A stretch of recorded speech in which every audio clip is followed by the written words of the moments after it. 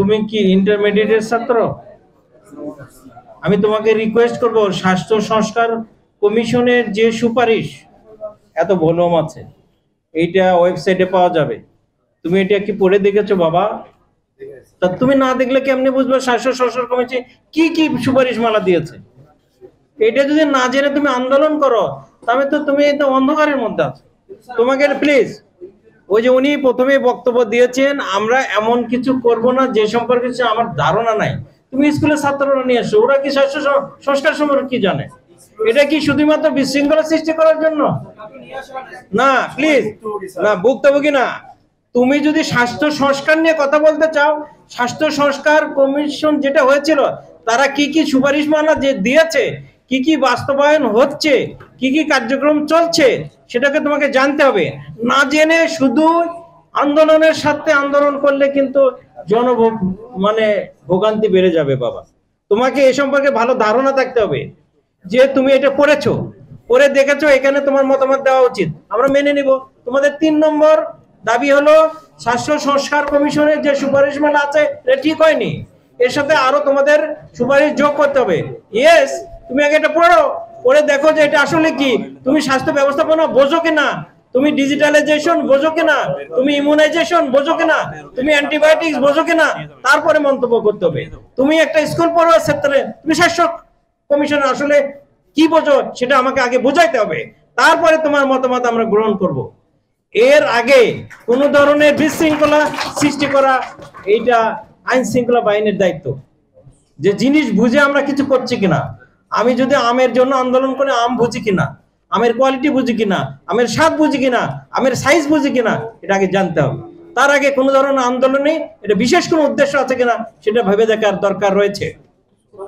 একটা কলেজের ইন্টারমিডিয়েট পড়া ছাত্র স্বাস্থ্য সংস্কার সম্বন্ধে কি জানে? এটাই আমাদের প্রশ্ন। এটা মেডিকেল কলেজের প্রফেসর বলতে পারে, যারা পেশাজীবী আন্দোলন করে তারা বুঝতে পারে।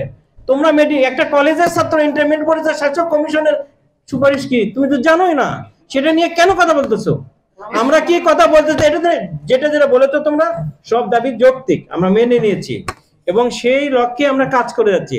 তাহলে তোমাদের আমাদের চাওয়ার মধ্যে ডিফারেন্স নাই, তোমাদের আমাদের মধ্যে কোনো দূরত্ব নাই। তুমি আমার প্রতিপক্ষ না, আমরাও তোমার প্রতিপক্ষ না। আমরা সাধুবাদ জানাই, এই ইয়াং জেনারেশনের রক্তের উপর দাঁড়িয়ে আছি আমরা। তোমাদেরকে আমরা অভিনন্দন জানাই, কৃতজ্ঞতা জানাই, কিন্তু কেউ যেন ভুল পথে এটা চালনা করার সুযোগ না পায় সেটা দেখার দায়িত্ব তোমাদের রয়েছে।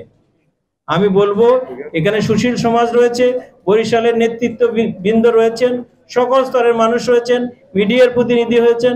আমরা কিছুক্ষণ পরে নাও থাকতে পারি, কিন্তু আমরা কিন্তু এগুলো সবকিছু ওখানে বসে আমরা তো ঘুমিয়ে নেই। একটা মন্ত্রণালয় চালায়, অধিদপ্তর চালায়, সব খবর আমাদের কাছে থাকে। আমাদের এখানে প্রতিনিধিত্ব আছে, আমাদের বিভাগীয় পরিচালক আছে, সিভিল সার্জন আছে, হাসপাতালের ডাইরেক্টর আছে, কলেজের প্রিন্সিপাল আছে, ভাইস প্রিন্সিপাল আছে, ডেপুটি ডাইরেক্টর আছে, সবার সাথে আমাদের সার্বিক জগৎ আছে। তোমাদের কোনো অভিযোগ এখানে যদি কেউ গ্রহণযোগ্য না হয় আমাদের কাছে নিয়ে আসো, আমাদের দ্বার তোমাদের জন্য উন্মুক্ত। কিন্তু বাবা, ভুল বুঝে, ভুল পরিচালনায় কোনো শান্তি নষ্ট হোক, শৃঙ্খলা ভঙ্গ হোক, মানুষ ভোগান্তির শিকার হোক, আমরা কেউ চাই না। আমরা কোনো ধরনের দুর্নীতিও চাই না, কোনো ধরনের বিশৃঙ্খলাও চাই না। আমরা অধিকারের লক্ষ্যেই তোমরা আমাদেরকে দায়িত্ব দিয়েছো, সেই দায়িত্বই আমরা পালন করার চেষ্টা করছি। তোমাদের সহযোগিতা একান্তভাবে কাম্য। আমরা মনে করি, আমি প্রথমেই বলেছি, 1 নম্বর দায়িত্ব হলো হাসপাতালের জনবল, অবকাঠামো, এখানকার যন্ত্রপাতি, তারপরে পরিষ্কার পরিচ্ছন্নতা, ওষুধপত্র, এগুলো নিয়ে কথা হয়েছে। 2 নম্বর হচ্ছে যে দুর্নীতি দমন করার জন্য, সংস্কার করার জন্যই তো ইন্টারিম গভর্নমেন্ট আসছে, সময় লাগে। আমরা স্তরে স্তরে যদি দুর্নীতি থাকে, রন্ধ্রে রন্ধ্রে, আমি ঠিক না হলে তো এদেশ ঠিক হবে না। আমার সাথে তোমাকেও ঠিক হইতে হবে, তোমার সাথে যে 10 জন চলে তাকেও ঠিক হতে হবে, সবাই মিলে আসলে আমাদের ঠিক হইতে হবে। তোমরা আমাদের চেয়ে অনেক বেশি ডিজিটাল, তোমরা আমাদের চেয়ে অনেক ভালো বোঝো, তোমরা দূরদর্শী, আমাদের চেয়ে বয়স কম হলেও তোমরা অনেক চিন্তা করো।